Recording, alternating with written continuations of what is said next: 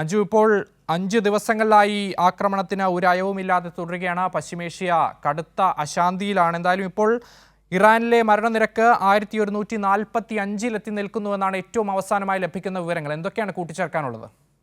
അക്ഷയ്, ഈ നിമിഷം വരുന്ന ഏറ്റവും പ്രധാനപ്പെട്ട വാർത്ത എന്ന് പറയുന്നത് ശ്രീലങ്കയുടെ തീരത്ത് ഇറാന്റെ ഒരു കപ്പൽ മുങ്ങിയിട്ടുണ്ട് എന്നുള്ളൊരു വാർത്തയാണ് ഇപ്പോൾ വരുന്നത്. അത് ഔദ്യോഗികമായി തന്നെ ശ്രീലങ്ക സ്ഥിരീകരിക്കുന്നുണ്ട്. ഇത്തരത്തിലൊരു കപ്പൽ ശ്രീലങ്കയുടെ തീരത്ത് മുങ്ങിയിട്ടുണ്ട്. അത് ഇറാന്റെ IRIS ധേന എന്ന് പറയുന്ന ഒരു കപ്പലാണ്. ഒരു അന്തർവാഹിനി ആക്രമണമായിരുന്നു എന്നുള്ളൊരു കാര്യം കൂടി ശ്രീലങ്കയുടെ വിദേശകാര്യ മന്ത്രാലയം വ്യക്തമാക്കുന്നുണ്ട്. ഇത്തരത്തിലൊരു കപ്പൽ മുങ്ങിയപ്പോൾ തന്നെ ഒരു സഹായം ആവശ്യപ്പെട്ടുകൊണ്ട് ശ്രീലങ്കയുടെ നാവികസേനയിലേക്ക് ഒരു സന്ദേശം വരുന്നു. ഇതനുസരിച്ച് 2 കപ്പലുകളും ഒരു വിമാനവും അടക്കം രക്ഷാപ്രവർത്തനത്തിനായി പോയിരുന്നു എന്നും 32 പേരെ രക്ഷപ്പെടുത്തി ആശുപത്രിയിലേക്ക് മാറ്റിയതായുള്ള കാര്യം ശ്രീലങ്ക സ്ഥിരീകരിക്കുന്നുണ്ട്. 101 പേരെ ഇനി കാണാനുണ്ട് എന്നുള്ളൊരു വിവരം കൂടി വരുന്നുണ്ട്. ഔദ്യോഗികമല്ലെങ്കിൽ പോലും 180ഓളം ജീവനക്കാരാണ് ഈ കപ്പലിൽ ഉണ്ടായിരുന്നത് എന്നുള്ളൊരു വിവരം കൂടി ശ്രീലങ്ക പങ്കുവെക്കുന്നുണ്ട്. എന്നാൽ ഇറാൻ ഇത് സംബന്ധിച്ചിട്ടുള്ള വിശദമായ വിവരങ്ങളോ പ്രസ്താവനകളോ ഒന്നും ഇറക്കിയില്ല. എന്തായാലും ശ്രീലങ്കയുടെ തീരത്താണ് ഇത്തരത്തിലൊരു ആക്രമണം ഇപ്പോൾ ഉണ്ടായിരിക്കുന്നത്. ഒരു അന്തർവാഹിനി ആക്രമണമായിരുന്നു. 101 പേരാണ് ആ കപ്പലിൽ ഇപ്പോൾ കാണാതായത് എന്ന് ഇനി കാണാനുള്ളത്. 32 പേരെ രക്ഷപ്പെടുത്തിയെന്നുള്ള കാര്യം ശ്രീലങ്ക വിദേശകാര്യ മന്ത്രാലയത്തിൽ നിന്ന് വ്യക്തമാകുന്നുണ്ട്. ഈ ആക്രമണത്തിലേക്ക് വരികയാണെങ്കിൽ പശ്ചിമേഷ്യയിൽ ഇന്നും യുദ്ധത്തിന്റെ ഭീതി ഒഴിഞ്ഞിട്ടില്ല.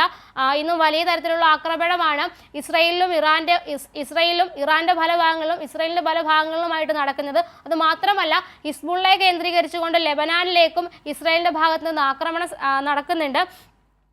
വടക്കൻ ഇറാഖിലുള്ള കർദിസ്ഥാൻ എന്ന് പറയുന്ന പ്രദേശം, അത് ഷിയകൾ, മുസ്ലിം വിഭാഗത്തിലെ ഷിയകൾ കൂടുതലായി താമസിക്കുന്ന ഒരു സ്ഥലമാണ്. ആ പ്രദേശത്ത് കൂടി ഇസ്രയേലിന്റെ ഭാഗത്ത് നിന്ന് ആക്രമണം ഉണ്ടായിട്ടുണ്ട്. ആ ആക്രമണത്തിൽ ഒരു മരണവും സംഭവിച്ചിട്ടുണ്ട്. അത് ഇന്ന് വന്ന ഏറ്റവും പ്രധാനപ്പെട്ട ഒരു കാര്യം തന്നെയാണ്. ലെബനാനിലേക്ക് കൂടി ഇസ്രയേൽ ആക്രമണം വ്യാപിപ്പിക്കുകയാണ്. ലെബനാനിൽ നിന്ന് പലായനം ചെയ്യുന്ന ആളുകളുടെ എണ്ണത്തിൽ പോലും വലിയ വർധനവുകളുണ്ട്. ഈ ഒരു ഇസ്രയേലിന്റെ ആക്രമണത്തിലൂടെയാണ് ഇത്തരത്തിലുള്ള ഒരു പലായനം ലെബനാനിൽ സംഭവിക്കുന്നത്. മാത്രമല്ല, ഇനി ഇറാന്റെ പല ഭാഗങ്ങളിലായിട്ട് ഇസ്രയേലും അമേരിക്കയും ചേർന്നിട്ട് വലിയ തരത്തിലുള്ള ഒരു ആക്രമണം നടത്തുന്നുണ്ട്. 1000 കടന്നു എന്നതാണ് ഏറ്റവും സങ്കടപ്പെടുത്തുന്ന കാര്യം. യുദ്ധം തുടങ്ങി 5-ാം ദിവസമാണ് ഇന്ന്. 1000 കടന്നു. ഇറാനിൽ ഇതിനോടകം തന്നെ നടന്ന മരണസംഖ്യയാണിത്. 1000 കടക്കുന്നു മരണസംഖ്യ. അതുമാത്രമല്ല, ഇസ്രയേലിന്റെ പല ഭാഗങ്ങളിലും അതുപോലെ തന്നെ ഗൾഫ് രാജ്യങ്ങളിലെ സൈനിക കേന്ദ്രങ്ങളിലേക്കും കൃത്യമായി തന്നെ ഇറാന്റെ ഭാഗത്തു നിന്ന് ആക്രമണം നടക്കുന്നുണ്ട്. ടെഹ്റാനിലും ഇസ്രയേലിന്റെ പല ഭാഗങ്ങളിൽ ടെൽ-അവീവിലടക്കം വലിയ കെട്ടിടങ്ങൾ നേരെയാണ് ആക്രമണങ്ങൾ നടക്കുന്നത്. ഇപ്പോഴും അവിടുത്തെ ഒരു സാഹചര്യം എന്ന് പറയുന്നത് സംഘർഷം ഒഴിയാതെ തന്നെയാണ്. ആളുകളെല്ലാം ബങ്കറുകളിൽ തന്നെയാണ് ഇപ്പോഴും ഇസ്രയേൽ തുടരുന്നത്. അതുകൊണ്ട് തന്നെ ഇസ്രയേലിൽ നിന്ന് എത്ര കാഷ്വാലിറ്റി അല്ലെങ്കിൽ എത്ര മരണം റിപ്പോർട്ട് ചെയ്യപ്പെടുന്നു എന്നതിന്റെ ഒരു ഔദ്യോഗിക വിവരം പുറത്തേക്ക് വരുന്നില്ല. ഇറാനിൽ നിന്നുള്ളൊരു കണക്കാണ് പുറത്തേക്ക് വരുന്നത്. 1000 കടക്കുന്നു ഇറാനിലെ ഈ ഒരു യുദ്ധഭീതി കാരണം ഉണ്ടാകുന്ന മരണം എന്നുള്ളതാണ് ഏറ്റവും പ്രധാനപ്പെട്ട വിവരം. അക്ഷയ്.